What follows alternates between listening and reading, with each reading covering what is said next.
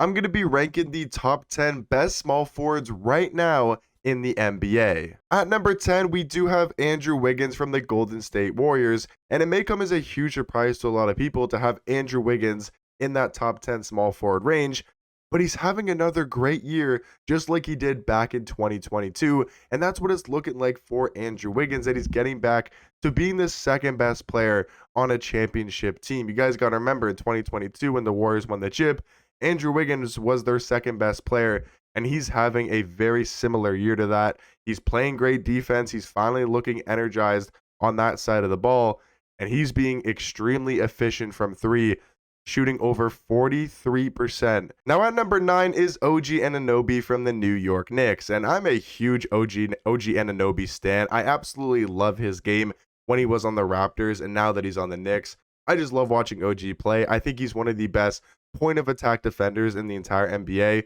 He's got a great frame and size. He's got a great wingspan, and he's able to stay in front of those shifty and quick guards at a very high level. And he can still create for you offensively, 18 points per night. He's super efficient as well from three, just like a guy like Andrew Wiggins at 39%. I think OG and Andrew Wiggins have very similar games. I would say OG is the better defender by quite a bit on the perimeter as a point of attack defender, but Wiggins, you could say, is probably a little bit better of a slasher, but I really like what I see from OG Anunoby. At number 8 here, we do have Bennedict Mathurin from the Indiana Pacers, and just an elite flamethrower. He is such a good three-point shooter, and just really a great offensive player in general is Bennedict Mathurin, 18 points per night, and he's also another efficient three-point shooter. He was shooting even way better than this at the start of the year from three, but he's still over that 40% level, and I just think Bennedict Mathurin, if he can get a little bit more touches on a good Indiana Pacers team, or at least they have a lot of guys to go to, Tyrese Halliburton, Siakam,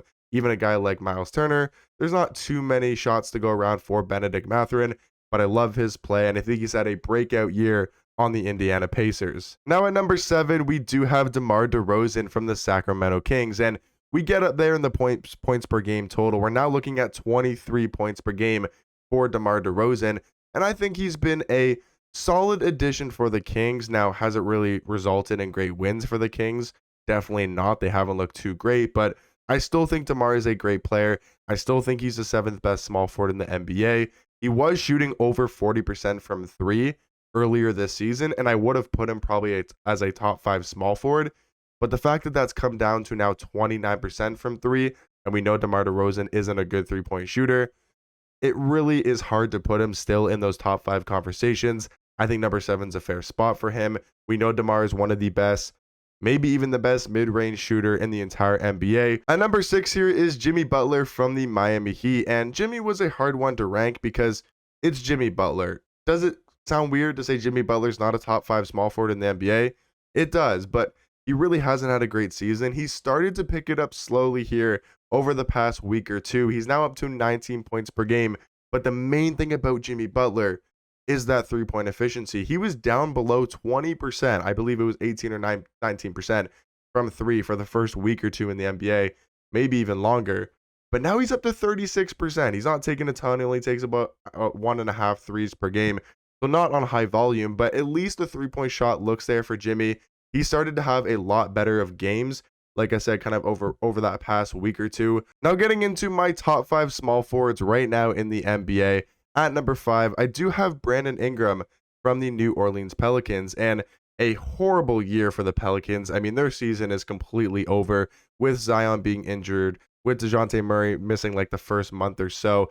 CJ McCollum's been injured. I mean, every star player, including Brandon Ingram, has been injured. A lot of the rotation guys have been injured as well for this Pelicans team, and they just look awful even when some of these guys are on the court. But Brandon Ingram, I think, has been a bright spot for him. In the offseason, he had a horrible last year, and in this offseason, they were trying to trade him, and I don't think there was any trade packages for Brandon Ingram. But to go from that to being where a team couldn't trade you because that's how bad every other NBA team thought you were, to then this season kind of having a bounce back year, 23 points on pretty solid efficiency from three, 37%.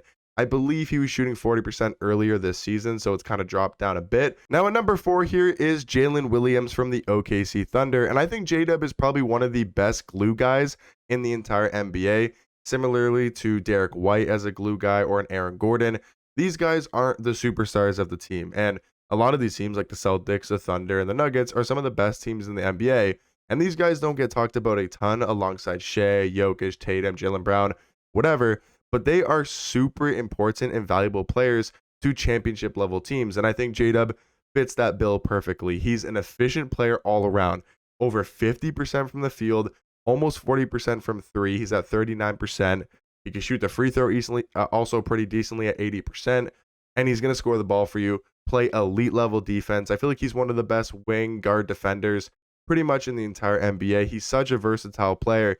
And I think J-Dub will turn into a maybe not superstar caliber player, but J-Dub will for sure be an all-star in his career. At number 3 here is Franz Wagner from the Orlando Magic. And honestly, I think Franz has started to become one of my favorite players in the NBA to watch. And I'm kind of shocked to say that myself, but I feel like he's been so much fun to watch. And I think he's had a great year with Paolo being injured for the first month or two, or maybe even 3 months, however long Paolo Banchero is going to be out for. He's been asked to step into a huge role, kind of step into that superstar role on this Orlando Magic team and be that number one guy, number one option, at least on offense. And I thought Franz has done an excellent job in that role. I mean, the Magic are one of the best records, have one of the best records in the entire NBA, and that's in large part to Franz Wagner's play. And I like his all-around game. I think he's, a great playmaker, at least improved from last year. Now, at number 2 here is LeBron James from the Lakers, and I think number 2 and number 1 are very obvious at the small forward position for who are the two best small forwards in the NBA. LeBron James has not looked himself this season, at least to LeBron James levels. I mean, the first thing we have to talk about is the three-point percentage. At the start of the year, again, a lot of these guys have dropped in their three-point percentage, and LeBron is one of those guys. He was shooting over 42% from three. Now he's down to 34%, and it just seems like he can't hit a jump shot in general. And his numbers have dropped as well. He's only scoring 22 points per night. But the thing about LeBron is he's still giving you 9 assists per game, which I believe is top 5 in the entire NBA. A guy that's putting up 22, 9, and 8 on solid efficiency. Like, yeah, 34% from three isn't great, but he's still almost shooting 40. He's still shooting almost 50% from the field and 55% from the two. Now at number 1 here, guys, the best small forward in the NBA right now, I think in everybody's mind, probably the most obvious choice besides maybe center for the best position or the best player at a certain position, it's Jayson Tatum. I mean, 28 points per night, almost 9 rebounds, 6 assists. He's definitely the best small forward in the NBA, shooting 37% from the three. It's Jayson Tatum, guys. I mean, even though I'm not a huge fan of him, he's kind of earned my respect this year personally. Like, I didn't really like watching him play last year. I thought he was very much so overrated. But this year, I think Jayson Tatum is an MVP candidate, a top 5 MVP candidate in my opinion. But let me know in the comment section down below, what do you guys think about my top 10 small forward ranking? And let me know what you guys would change about it. Did I miss anybody in this top 10 that you guys would put as a top 10 small forward? And let me know what you guys think about my rankings. But I'll catch you guys in the next one. Peace.